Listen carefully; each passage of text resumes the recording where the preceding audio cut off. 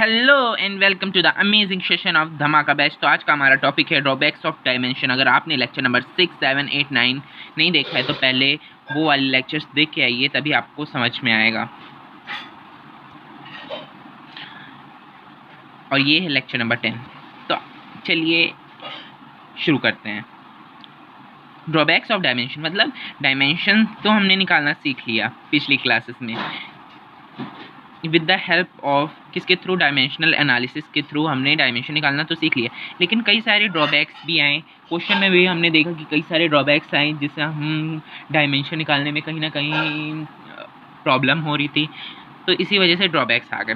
तो हमारा first point क्या है, we can not express by dimensional analysis by whether the formula is correct और नॉट। तो हम क्या करते हैं, जैसे D L H S is equal to D R H S रहता है, कुछ फार्मूलाज तो ठीक रहते हैं। मीन्स जैसे न्यूमेरिकल वैल्यूज़ हो गई तो हम उसका डायमेंशन नहीं निकाल सकते हैं। लाइक जैसे कि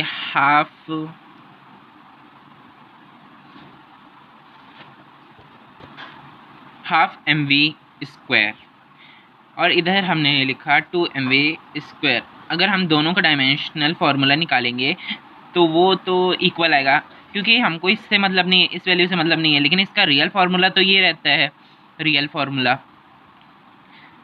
लेकिन हम इसी का यही ड्रॉबैक बन गया कि हम रियल में डायमेंशनल फार्मूला नहीं निकाल सकते हैं, क्योंकि यहाँ पर वैल्यू अलग हो गई, यहाँ पर वैल्यू अलग हो गई।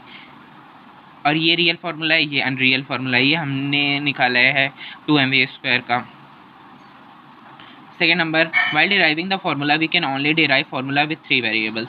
और डायमेंशनल एनालिसिस में हमने देखा कि हम बस मुश्किल से बस 3 ही वेरिएबल तक अपना डायमेंशनल एनालिसिस कर पा रहे थे, उससे ज़्यादा जैसे कि 4, 5 नहीं कर सकते हैं अपन। The value of proportionality constant can not be determined while deriving a formula. जो प्रोपोर्शनैलिटी कांस्टेंट होता है कि उसकी वैल्यू भी हम नहीं बता सकते हैं।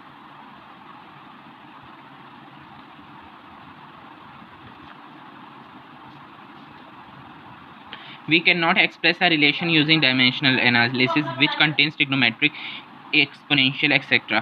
जैसे कि मान लीजिए 2 पाई आ गया किसी क्वेश्चन में, और ई आ गया या 4 पाई आ गया, तो ये सब को हम नहीं निकाल सकते हैं। We can't express these formulas. We can only derive relation using dimensional analysis which are in product.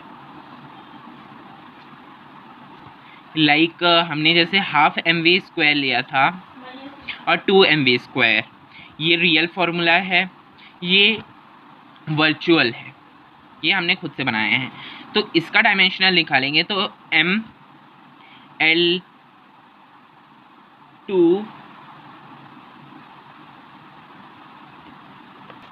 - 2 ये आया, और इसका निकाले, इसका भी यही आया ml2t - 2 आया था ना।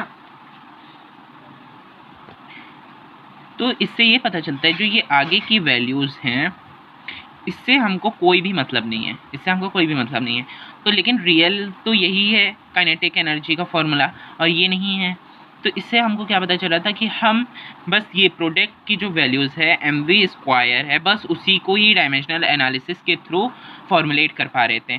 बाकी ये जो ये वाली वैल्यूज़ थी इसको हम नहीं निकाल पा रहे थे, तो ये भी एक ड्रॉबैक बन गया। तो आया समझ? तो मैंने लास्ट क्लास में होमवर्क दिया था,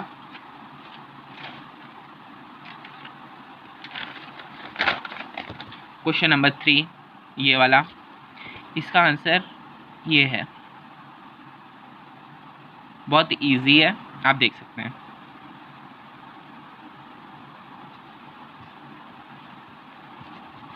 इसका ऑप्शन नंबर बी आया है, जो कि करेक्ट आंसर है। जिन्होंने कर लिया वो बहुत अच्छी बात है। अब क्वेश्चन नंबर 4 पे आते हैं हम। ये क्वेश्चन है पूरा, इसमें मैंने अभी ड्रॉबैक बताया था कि हम पाई की वैल्यू जो भी रहती है वो नहीं निकाल सकते हैं। लेकिन हमारा लास्ट में क्या आंसर आ रहा था कि ये g - ½ m - ½ और r3/2 इतना आया। लेकिन हम के कांस्टेंट की वैल्यू भी नहीं निकाल सकते, क्योंकि यहाँ पर 2 पाई है या 4 पाई हो गया या पाई हो गया, हमको कुछ नहीं पता है, तो हम नहीं निकाल सकते हैं। तो ये इसका ड्रॉबैक हो गया। ये क्वेश्चन नंबर 4 का आंसर है, आप देख सकते हैं।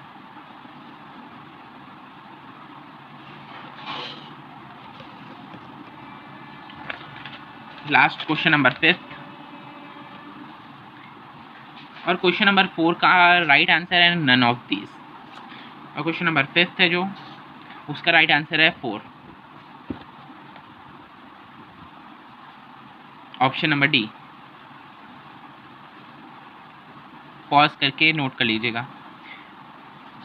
अगर आप यहाँ तक आए हैं तो मेरा चैनल लाइक शेयर सब्सक्राइब बिल्कुल से कर दीजिएगा, और लेक्चर नंबर 6, 7, 8, 9 देखना ना भूलिएगा। और thank you for watching my video.